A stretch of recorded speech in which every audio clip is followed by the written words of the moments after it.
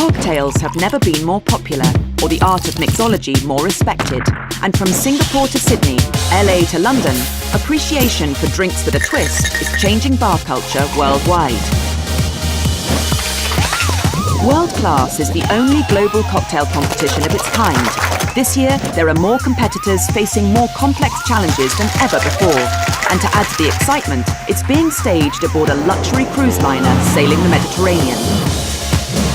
After 2 days of full-on challenges, designed to test every aspect of their skill, style, speed, stamina, technique and creativity, our 44 contestants became 16 in the first elimination. Today, those remaining face 2 challenges and a further elimination. I'm Spike Marchant. And I'm Dale DeGraw. Join us on an incredible voyage around the Mediterranean to find this year's World's Best Bartender.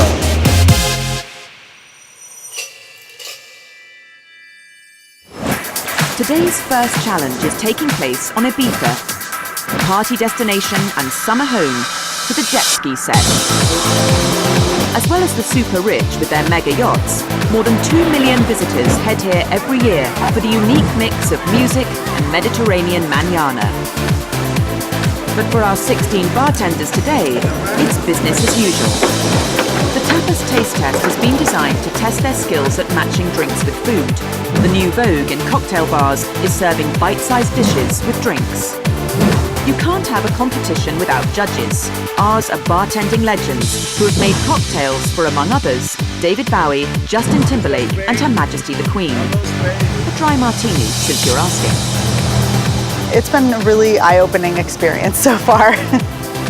The top 16 is some really impressive stuff and some things that I've never seen. I've tasted some really interesting cocktails and I'm really excited to see what they do with the food pairing challenge today.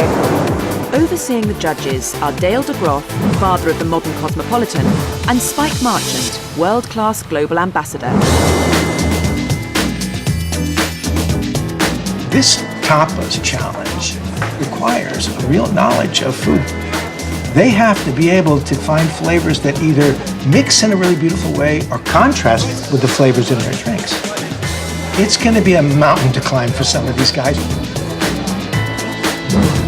Today's tapas are a long way from patatas bravas or pimentos de padrón. Instead, they are dishes with complex and contrasting ingredients. Wasabi beef with sweet and bitter lemons, or trifle with toffee, cherry and sweet bean meringue. It's definitely a tough challenge. You know, it's an understanding of flavors and what matches. And if you work in a bar that doesn't serve food, you're really at a disadvantage. Each bartender will taste all 6 dishes and pick 2 to work with. Tasting carefully and making detailed notes could be the difference between being eliminated or not. After the tasting, they have just 30 minutes in the sandbox to prepare. With the temperature hitting 40 degrees, it's hot, hectic and high pressure, with limited ingredients available. There was 1 ounce of yellow chartreuse, and I was like, thank God when I saw that little mini airplane bottle when I came up. Emil from Sweden's idea of drinks and food pairing is a pint with a packet of crisps. I don't feel confident doing cocktails with food. I don't think it fits. I drink beer to food. I don't know what this is, but it tastes good. 1.5 minutes remaining, 1.5. Thank you so much. Kiss me here. Representing the United States of America, Mr. Jeffrey Bell! Jeff is making a tequila-based drink to match with the oyster, pear and carrot tapas. So I put in some red bell pepper, and I'm just gonna add a touch of gum syrup and a bit of lime juice. We're gonna add a little herbal quality from yellow chartreuse. And the salty component of this dish, I felt that just screamed tequila, and it'd be a wonderful pairing with the reposado. Woo! So we'll strain that out, and this is the Marina Margarita. My name is Tsuyoshi Miyazaki from Japan. Traditional Japanese ginza bartenders do not serve food with their drinks. This is a big ask for Tsuyoshi. Tsuyoshi Miyazaki! Ginza style is precise, unhurried and formal. It's an experience not unlike the traditional Japanese tea ceremony, minus the geishas, of course. もちろんパフォーマンスは大事ですけど、まずはそのシチュエーションに、そのゲストの、思考とシチュエーションに合ったカクテル、味が最も大事で、そこにパフォーマンスがついてくればプラスアルファとして評価があると思います。まずはでも味が大事というふうに考えます。シャルトリューズで表現いたします。思ってたより料理のクオリティが高かったので、カクテルと合わせるっていうのはいろんな難しい要素が入ってた分、いろいろ迷いました。フレッシュのライムジュースで表現します。Fresh lime juice is a key ingredient in Tsuyoshi's cocktail, which is then balanced with sugar syrup. 1 CL. However, something's not quite right, and after tasting, he decides to add some more sugar syrup. 2 CL だ。一つ目のカクテルのちょっとライムの状態をですね、確認するのを忘れてしまった。で、味見を何回かして。Tsuyoshi makes a total of 3 adjustments before he's happy with the drink. For someone so focused on perfection, he will not be happy with this やって performance. しまった。作る時にちょっとバタバタしてしまったっていうのは反省してます。カクテル名が。I'm Luke Ashton and I'm from Australia. My perspective on cocktails is they have to be delicious. Luke has a lot to live up to. Last year, Tim Phillips took the winner's trophy home to Sydney, and there's a lot of pressure on Luke to do the same. I think the most important thing about bartending is the hospitality aspect. People will come in for a cocktail, but they'll come back for the hospitality. Good afternoon, judges. We're doing a Talisker-based cocktail. With this one, we've got a little bit of red pepper going in there. So just bruise this up a little bit. Then we're going to add 30 mils of our Talisker.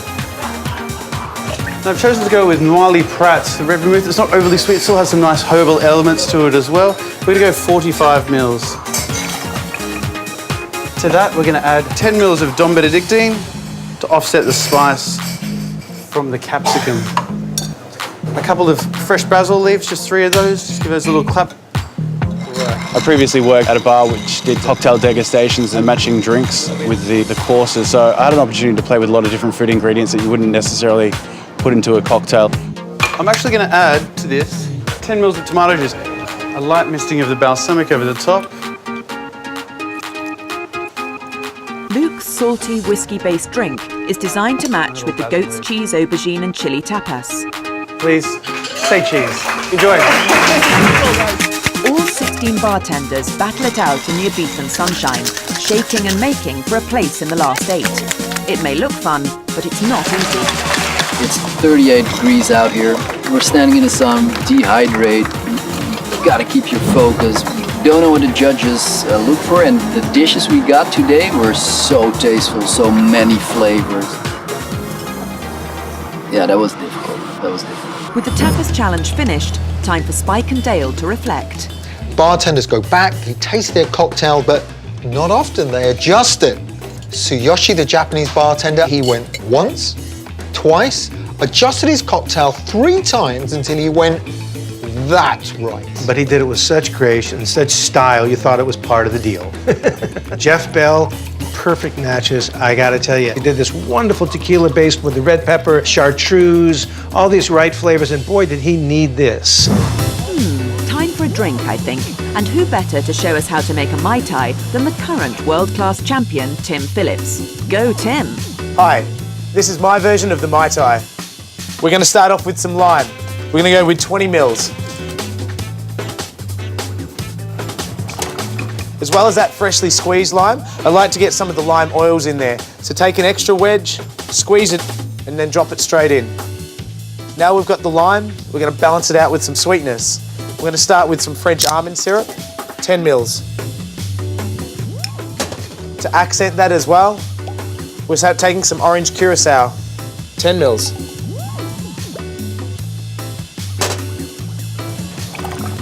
Then we need the star of the show, some rum, 40 mils of this stuff.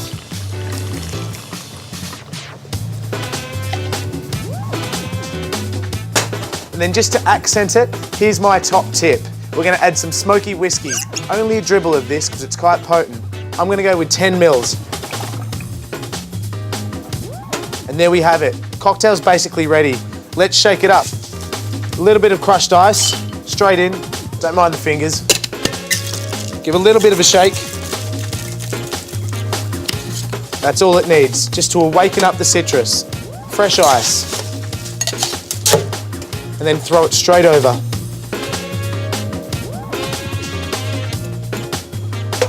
Slice of orange, sprig of mint, and there's my Mai Tai. Next, find out which Sex Pistol has a cocktail named after him. And prepare yourselves for the unkindest cut of all, our final elimination.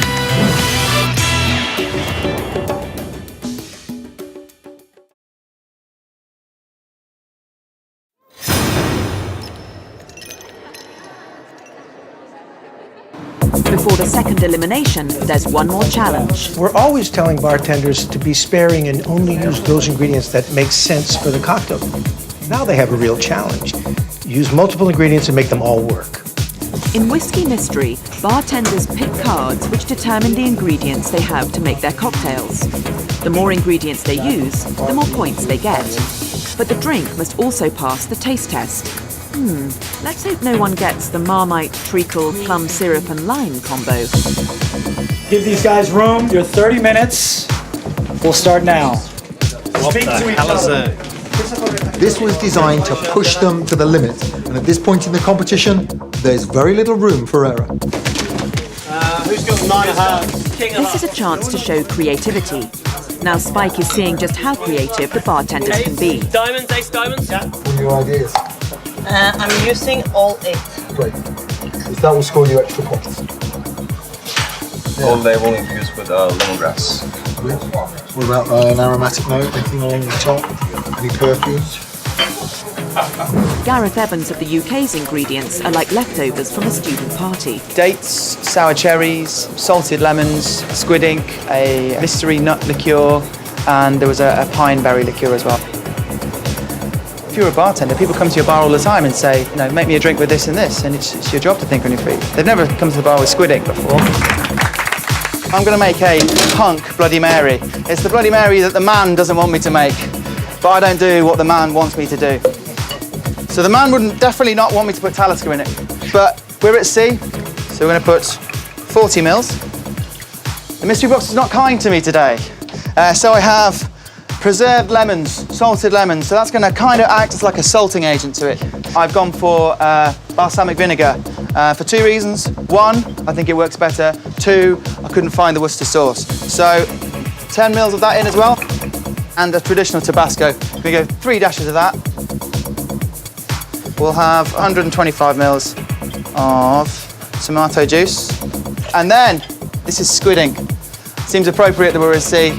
Seems appropriate with the Talisker, and I couldn't not use it, basically. So I think throwing is a lot better idea with a Bloody Mary than shaking or rolling. It's really good for aerating it, doesn't water it down too much, and it looks cool. So I'm just going to serve that high and mighty. It has squid ink in it, so this is my punk Bloody Mary that the man does not want me to make, Squid Vicious. Squid Vicious? Will it work for the judges, or just leave them pretty vacant? I didn't try it. Squid ink's quite lightly flavoured. It's an odd colour, I'll give you that.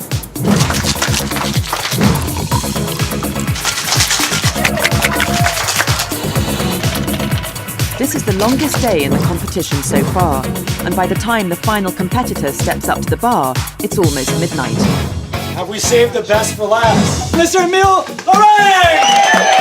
Emile tells a story which includes head judges Dale DeGroff and Spike Marchant. And the story is about a nightclub.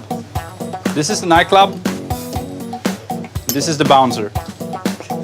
So 6 Americans walks into a bar, 60 mils of bourbon. And these guys are pretty noisy. Then are coming 3 weird-looking fellas. So we got some black mustard pepper. I made a syrup out of it. So we got 30 mils of that. These guys are actually having a good time. The Americans and the guy with the black coats, they're dancing and having a good time. Then Mr. Daily Graph comes in. And now it's quiet again. Everybody just stares at what he's doing here. But he's by himself. So only 1 dash of Mr. Daily Graph. And Mr. Daily Graph, he has a friend. And I have never seen this guy, cordial medoc, but I heard from Spike that it's like a wine liqueur kind of thing from France. And then, to have a party, you always need a crazy Swede. So the crazy Swede walks in and the bouncer said, yeah, it's okay, you can come in. So everybody starts dancing. And the bouncer, he's done his shift now, he's done. He goes and have a break now. And then... The trouble begins, eh? Now the trouble begins. The whole population of Iceland comes.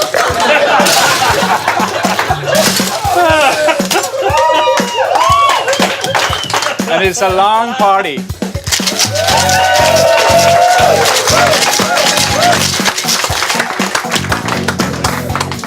So this is the end of the party. So everybody goes home to a glass. So guys, this is the closing hour flip. Let's go home.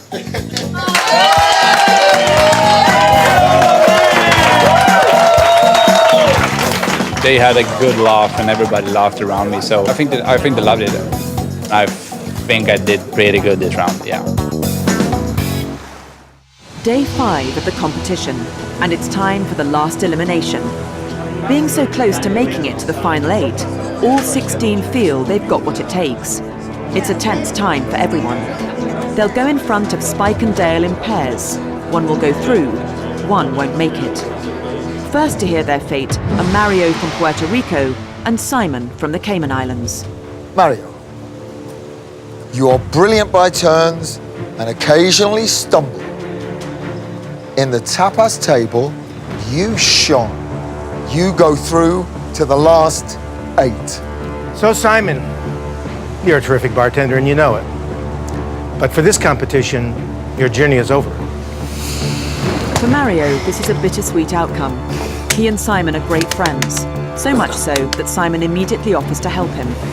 Need some help? Next, it's Luke from Australia and Mattia from Italy. Buonasera. Buonasera. G'day. G'day. So, Mattia, you're not going to be moving on tomorrow. And Luke, you're in the last 8. Angus from the UAE and Suiyoshi from Japan are next. Angus, you're not moving on. Yoshi, you are through to the final 8. Cross from China is up against David from Spain. Cross, you're not going to be moving on tomorrow. David, you're through. Congratulations. Emil from Sweden is going head-to-head with Laura from Switzerland. Feeling a bit nervous, but I hope I can get through to the top 8.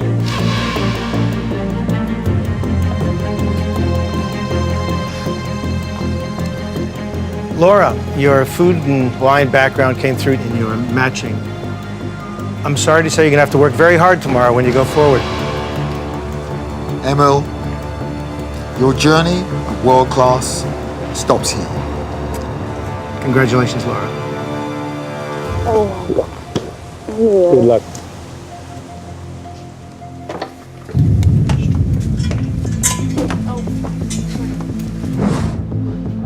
Unaware of Emil's shock elimination, Monica from Norway and Kirill from Russia are waiting nervously. Good luck. Monica, so far, you've competed in 6 tests of your ability and skill. And Monica, you've been consistent. Is that enough to get you a place in the last 8? Well, Monica, yes, that is enough. You've done extraordinary work. You're going forward. Kirill, for 2013, the road stopped here.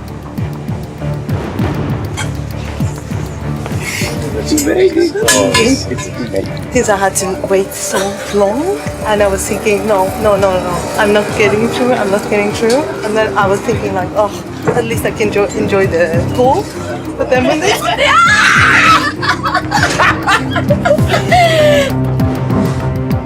Gareth from the UK, who the other bartenders rate highly, has been paired with Jason from New Zealand, who is a relative unknown. Jason, welcome to the last day. You're going forward. Gareth, the road stops here.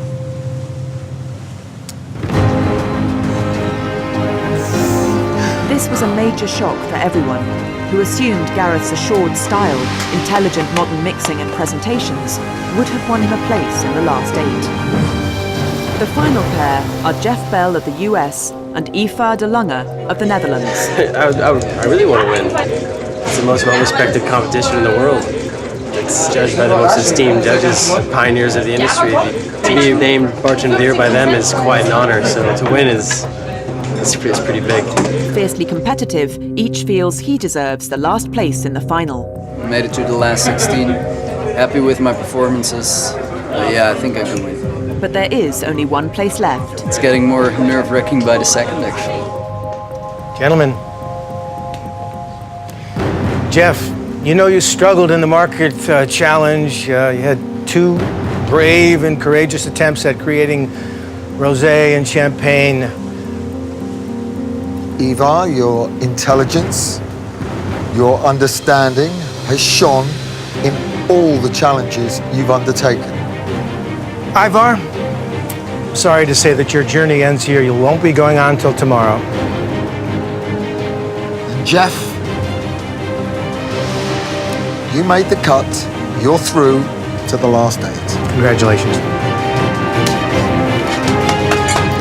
I thought you were moving up.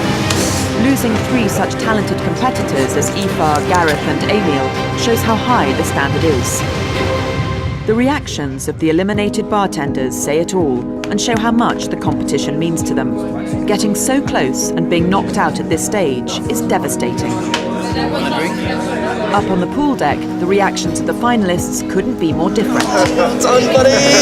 Thanks, brother. Game face, man. Thank you. Another challenge. It's really awesome. Now that I made it, I can say that you have to be careful with what you wish in life. It might come true. Still work to do. We still keep our mind focused, and let's wait to Barcelona and see how it goes. Next time, spills and thrills in Cocktails Against the Clock. And finally, the winner of this year's World Class is announced in a spectacular closing ceremony. To learn more about bartending and the world's finest drinking experiences, go to our definitive drinking guide online.